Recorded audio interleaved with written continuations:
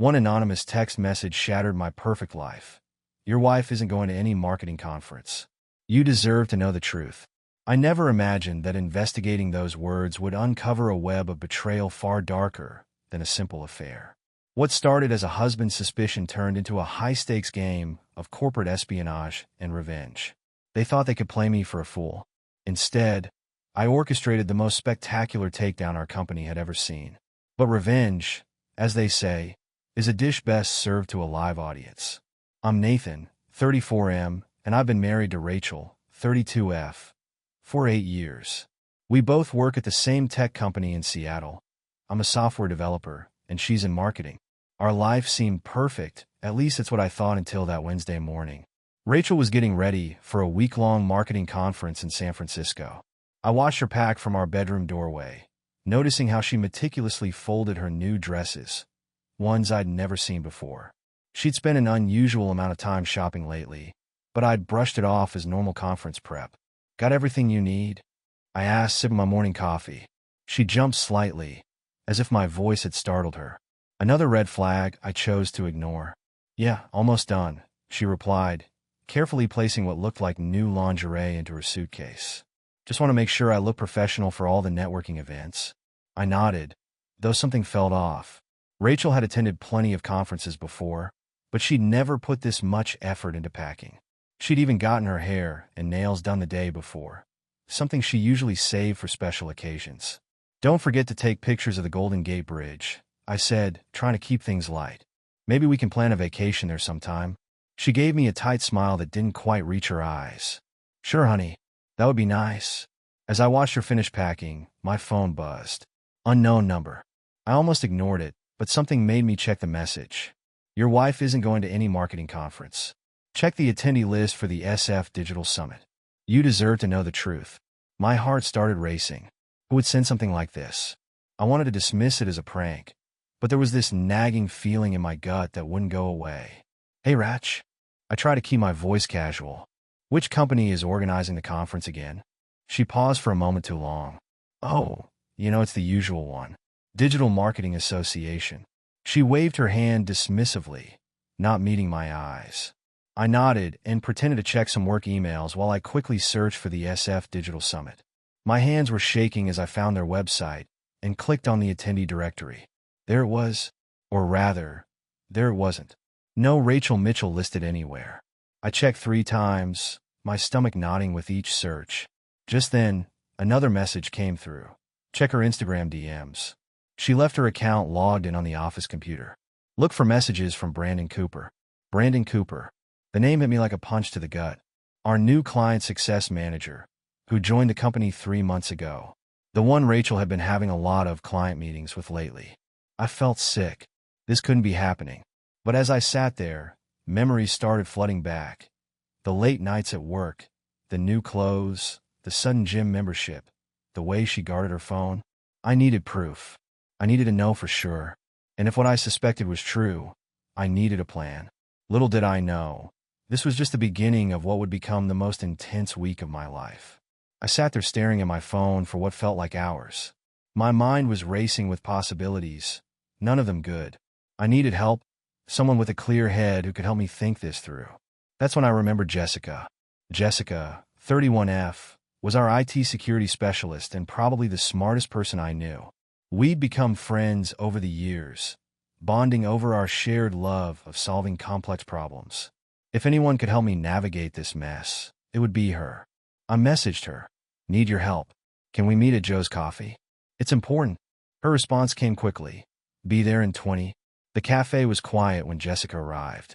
One look at my face, and she knew something was seriously wrong. I showed her the messages and explained my suspicions. Nathan, she said slowly, there's something you should know. I've seen Brandon and Rachel together at Luna Bar after work hours.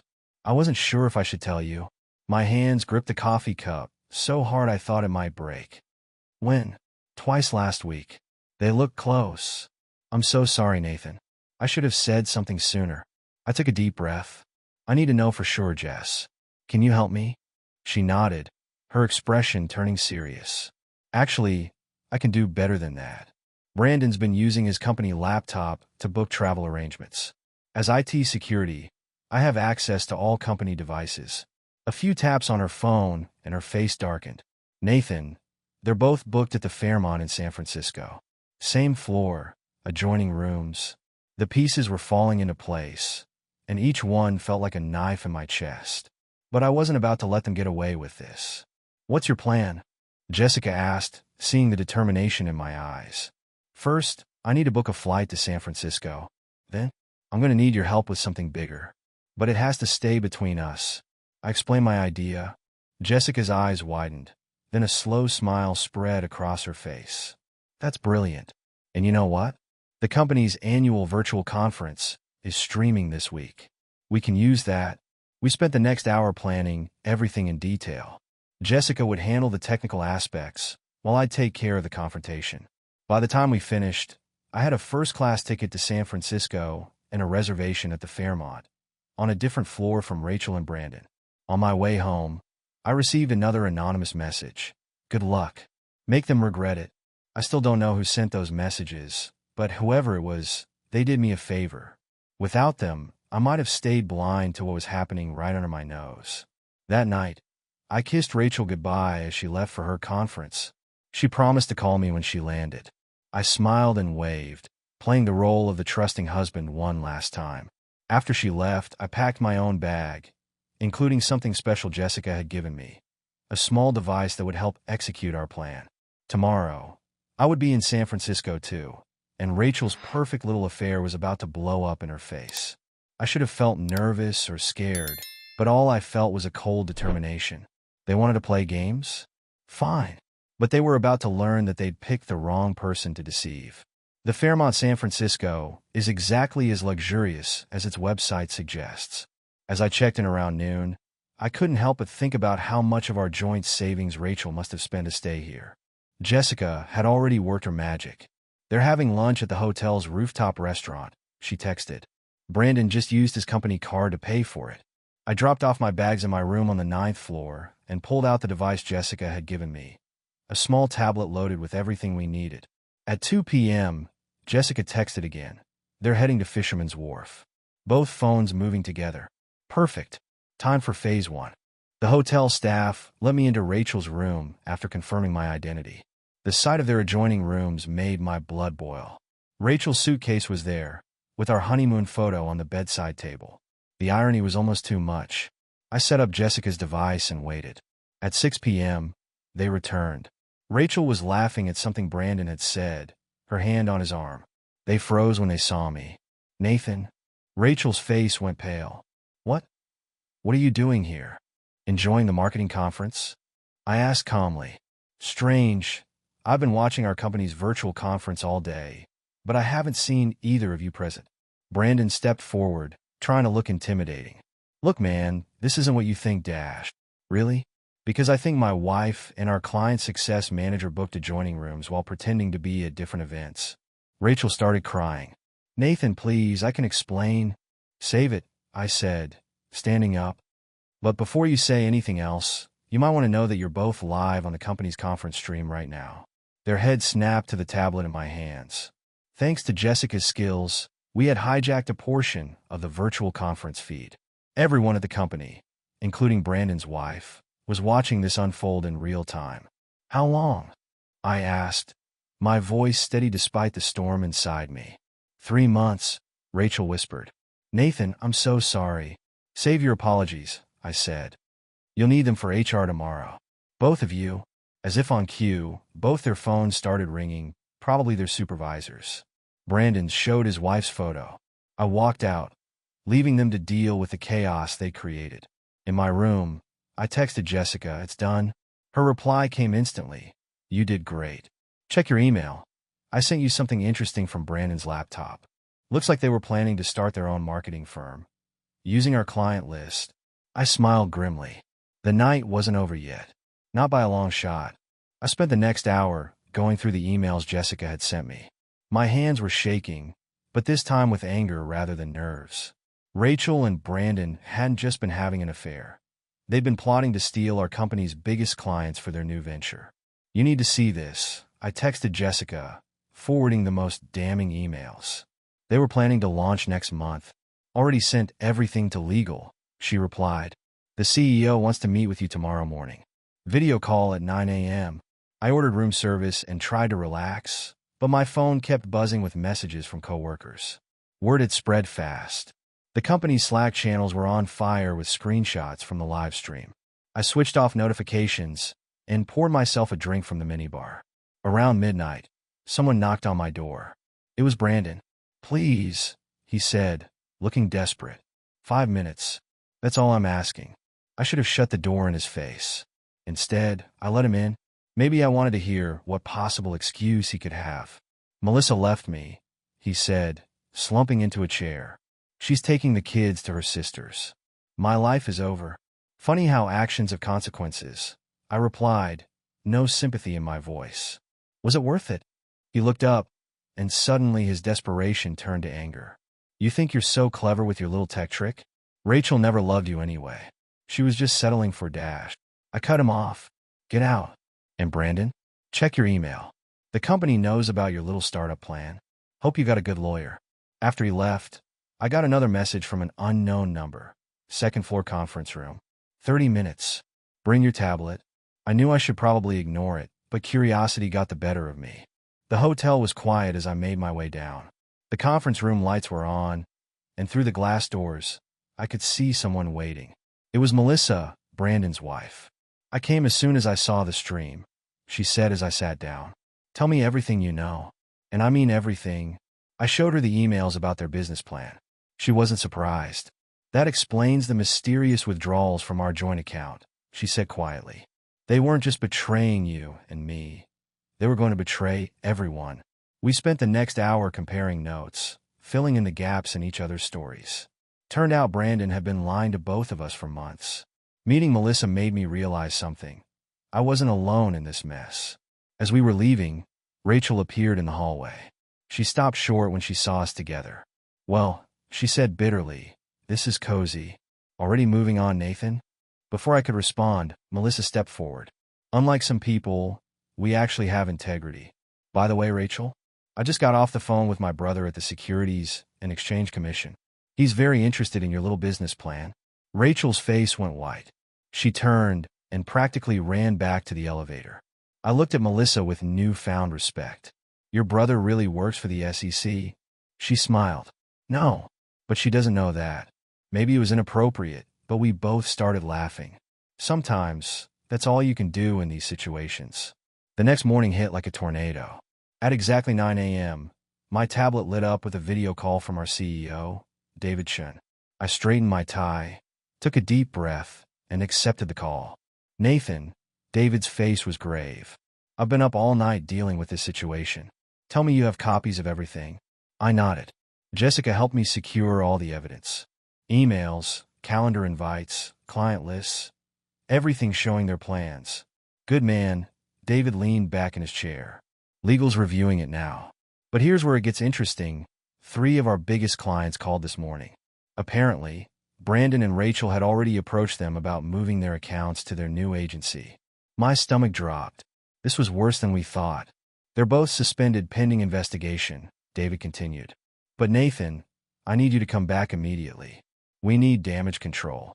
And you're the only one who knows these client systems inside out. I agreed and booked the next flight back to Seattle. As I was packing, Jessica called. You won't believe what I just found, she said without preamble. Remember that big system crash last month? The one that lost us the Peterson account? It wasn't an accident. I found traces of deliberate code corruption on Brandon's laptop. I sat down hard on the bed. The Peterson account was worth millions. We'd all worked overtime trying to fix that crash, while Rachel had comforted me about losing the client. Now it all made sense. They'd been sabotaging us from the inside. Back in Seattle that afternoon, I walked into chaos. HR had called an emergency all-hands meeting. The office was buzzing with whispers and sideways glances. I kept my head high as I made my way to the conference room. Our HR director, Linda, was direct. By now, you've all seen the live stream from yesterday. What you don't know is the extent of the corporate espionage we've uncovered. This is no longer just about an affair. This is about trust and legal liability. She outlined the situation without naming names, but everyone knew who she meant. By the end of the meeting, it was clear Rachel and Brandon weren't just fired, they were going to be sued. As people filed out, my team stopped by my desk one by one, not to gossip, but to show support. Mark from back-end development brought me coffee. Sarah from QA gave me a quiet, "We got your back."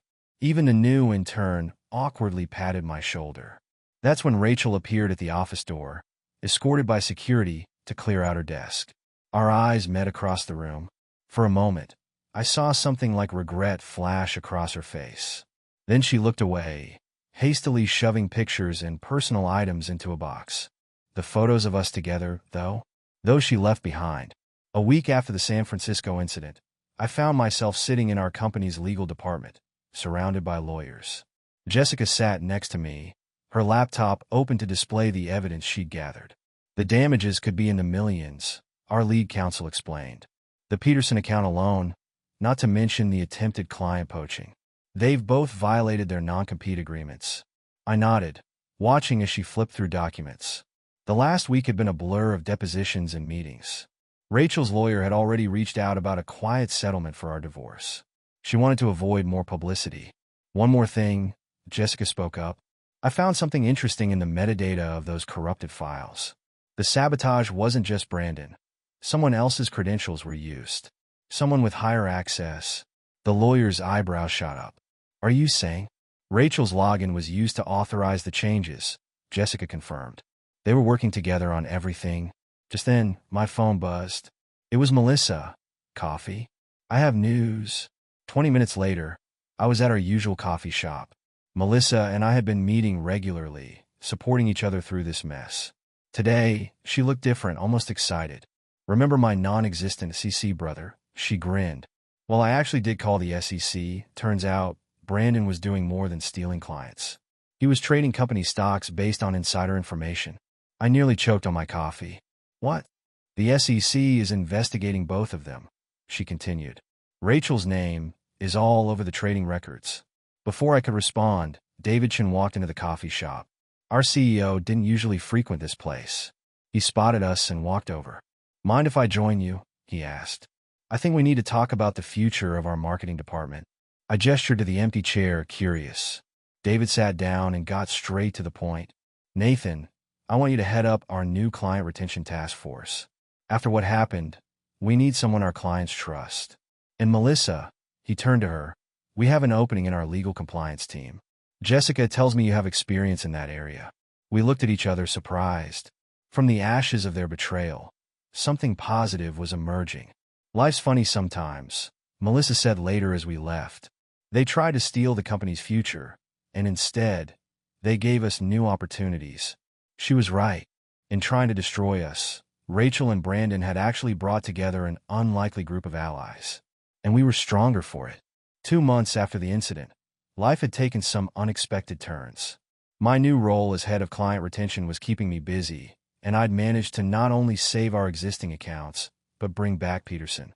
Turns out, when clients hear the full story of corporate espionage and sabotage, they appreciate transparency. Mr. Peterson himself had called me personally to discuss returning, saying he valued integrity above all else. I was reviewing contracts late one evening when Jessica poked her head into my office.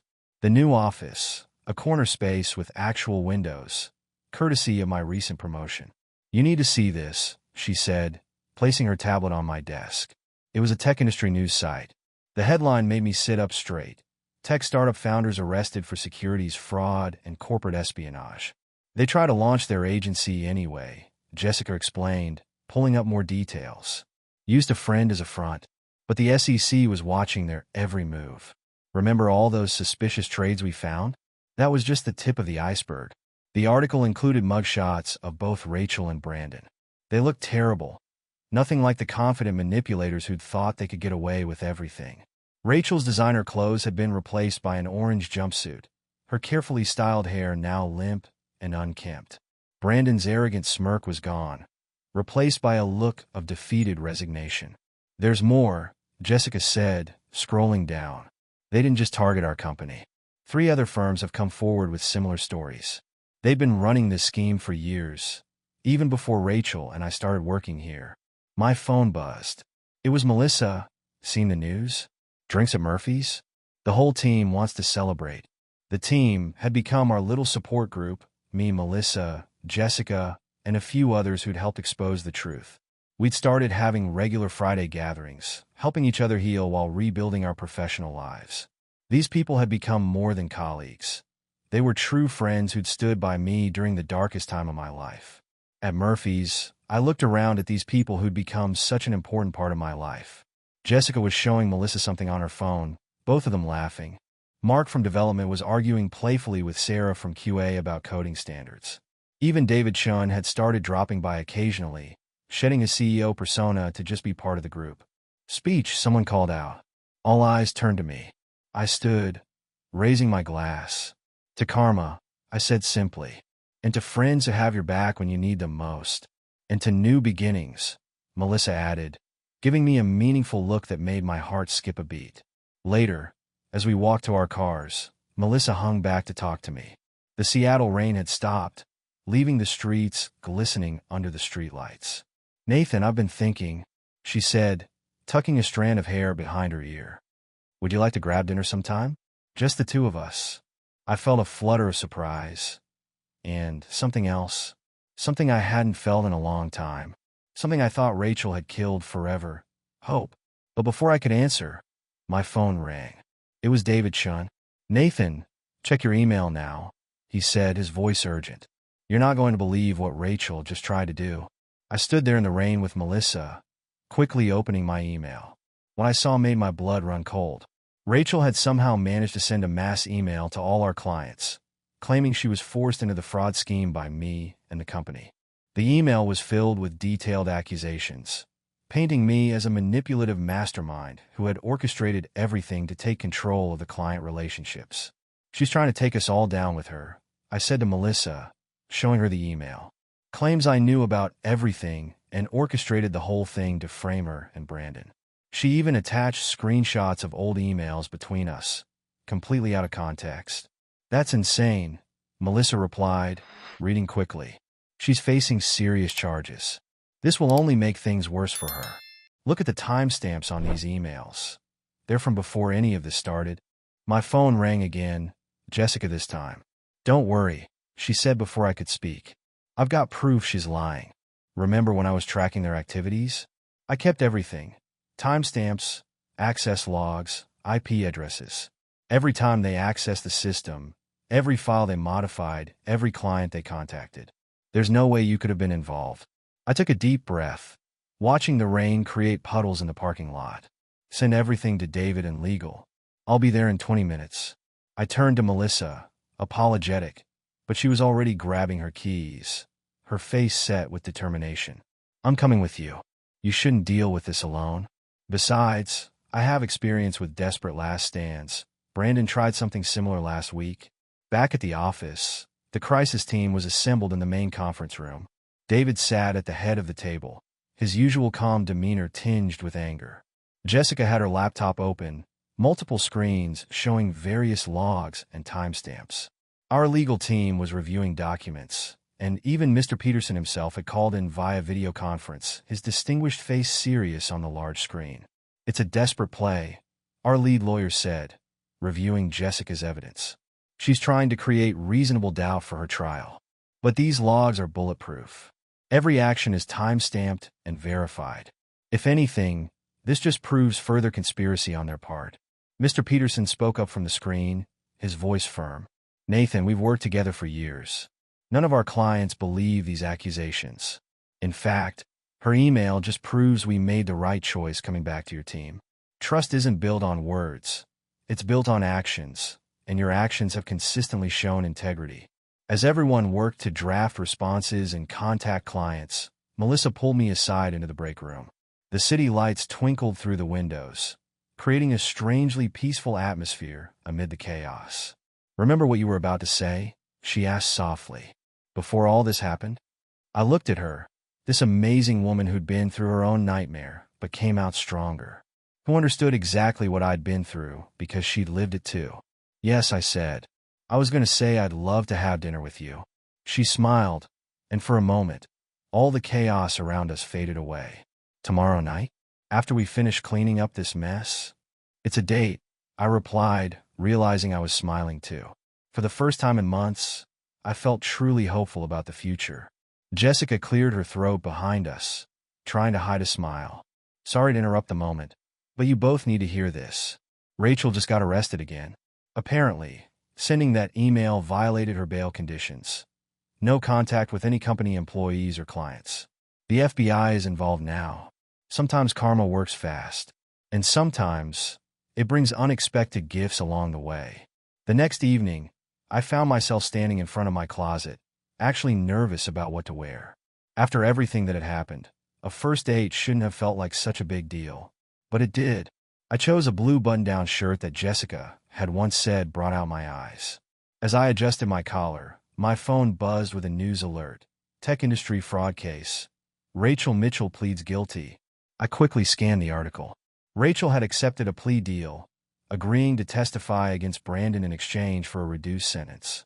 The prosecutor's office was confident they had enough evidence to put Brandon away for a long time. Saw the news? Melissa texted. Guess we have one more thing to celebrate tonight. I smiled, grabbing my keys. We'd agreed to meet at Canlis, Seattle's most romantic restaurant. Not subtle, but we were done with subtlety. Melissa was already there when I arrived, wearing a dark green dress that made her eyes sparkle. She stood to greet me, and for a moment, we both hesitated. Was a hug too familiar? A handshake too formal? She solved the dilemma by kissing my cheek. Hi, she said softly. Over dinner, we talked about everything except our exes. She told me about growing up in Portland, her dreams of becoming a writer before law school beckoned. I shared stories about my disaster attempts at learning guitar. You know, she said during dessert, I never thanked you properly. If you hadn't exposed them that day, who knows how long their scheme would have continued. I never thanked you either, I replied. You helped me stay sane through all of this. Made me realize I wasn't alone. As we walked along the waterfront after dinner, Melissa took my hand. It felt natural, right? The Seattle skyline reflected in the water, and a light breeze carried the scent of salt and possibility. I got another call from the prosecutor today, she said. They want us both to testify at Brandon's trial next month. I squeezed her hand. We'll face it together. Looking at her in the moonlight, I realized something. Rachel's betrayal had led me exactly where I needed to be. 1 year later, I sat in the courthouse, watching as Brandon was sentenced to 8 years in federal prison. Rachel had received 3 years as part of her plea deal and was already serving her time. Their startup dreams and schemes had crumbled to dust, taking their freedom with them. Melissa sat beside me, her hand intertwined with mine. After Brandon was led away, we met Jessica outside the courthouse. She'd been the star witness, her meticulous documentation of their crimes proving invaluable to the prosecution. Well, that's finally over, Jessica said, adjusting her glasses. By the way, Nathan, you'll never guess who applied for a job in our marketing department yesterday. I raised an eyebrow. Oh, Rachel's sister, Jessica smirked. I guess she didn't get the memo about family connections. We all laughed, the sound echoing off the courthouse columns. It felt good to be able to laugh about it now. Later that evening, our team gathered at Murphy's to celebrate. The place had become our regular spot, so much so that the owner, Mike, had given us our own corner with a reserved sign. David Chin raised his glass in a toast. To the best team I've ever worked with, he said. Our company's stronger than ever. Last quarter was our best yet, and it's all thanks to the people in this room. He was right. After the scandal, we'd implemented new security protocols designed by Jessica. Melissa had helped develop a comprehensive compliance program, and my client retention strategy had brought in 5 new major accounts. Mark from development clinked his glass against mine. Remember when we thought the Peterson account was gone for good? Now they're bringing us their international division too. As conversations flowed around me, I looked at these people who'd become my family. Sarah from QA was showing everyone pictures of her new puppy. Jessica was explaining something technical to Mike, the owner, who looked completely lost but interested anyway. David was trying to convince Melissa to join the company's softball team. Melissa caught my eye and smiled that special smile that still made my heart skip. We'd moved in together 3 months ago, taking things slow but steady. Last week, I'd gone ring shopping with Jessica. My phone buzzed, an email notification. It was from Rachel, sent through the prison email system. Nathan, I heard about your promotion to COO. Congratulations. I know it probably doesn't mean much, but I'm truly sorry for everything. The therapy here is helping me understand how destructive my actions were. I'm not asking for forgiveness. Just wanted you to know that you deserve better. I hope you're happy. Rachel. I showed the email to Melissa. She read it thoughtfully. Are you going to reply? I shook my head. No need. That chapter's closed. Just then, Jessica clinked her glass for attention. Sorry to interrupt, but I have an announcement. I just got approved to start my own cybersecurity division within the company. And I want Nathan and Melissa to be part of the advisory board. As congratulations erupted around us, I pulled Melissa closer. Speaking of announcements, I reached into my pocket, feeling the small velvet box. Want to step outside for a minute? She looked at me, understanding dawning in her eyes. Yes, she whispered, to stepping outside, and to whatever you're about to ask me. Life is a funny way of working out. Sometimes the worst betrayals lead to the best outcomes. Looking back at that day, I received the anonymous text about Rachel. I realized it wasn't the end of my story. It was just the beginning. Oh, and we never did figure out who sent those messages. But whoever you are, thank you. You didn't just expose a fraud. You helped me find my way to where I was meant to be. Edit. Wow, this blew up? Thanks for all the awards and support. And to those asking, yes, Melissa said yes.